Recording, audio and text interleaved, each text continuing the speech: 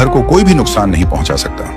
जब तक विभीषण जी लंका में रहे तब तक रावण ने चाहे जितना भी पाप किया हो, परंतु विभीषण जी के पुण्य और भक्ति के कारण रावण सुखी रहा और शासन करता रहा।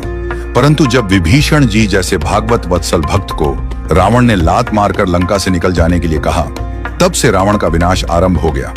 अंत में रावण की सोने की लंका का दहन हो गया और रावण के पीछे रोने वाला भी कोई नहीं बचा। ठीक इसी प्रकार हस्तिनापुर में जब तक विदुर जी जैसे भक्त रहते थे तब तक कौरवों को सुख ही सुख मिला। परंतु जैसे ही कौरवों ने विदुर जी का अपमान करके उन्हें राज्यसभा से जाने के लिए कहा और भगवान श्री कृष्ण जी ने विदुर जी से कहा, काका अब आप तीर्थ यात्रा के लिए प्रस्थान कीजिए, कौरवों के विनाश का समय आ चुका है। विदुर जी ने हस्तिनापुर छोड़ दिया और उसी समय से कौरवों का पतन प्रारंभ हो गया।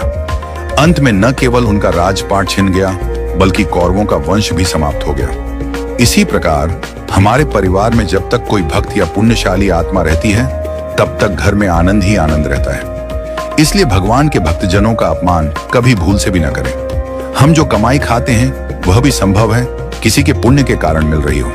इसलिए सदा आनंद में रहें और यदि कोई भक्त आपके परिवार में भक्ति करता हो तो उसका अपमान न करें, उसका सम्मान करें और उसके मार्गदर्शन में चलने का प्रयास करें।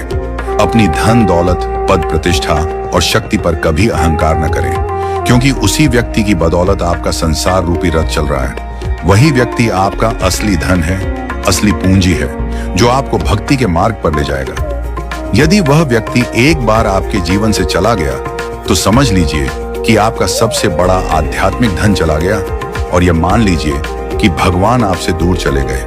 यही आपकी सबसे बड़ी क्षति होगी। सत्य सनातन संस्कृति की जय। जय श्री राधे श्याम।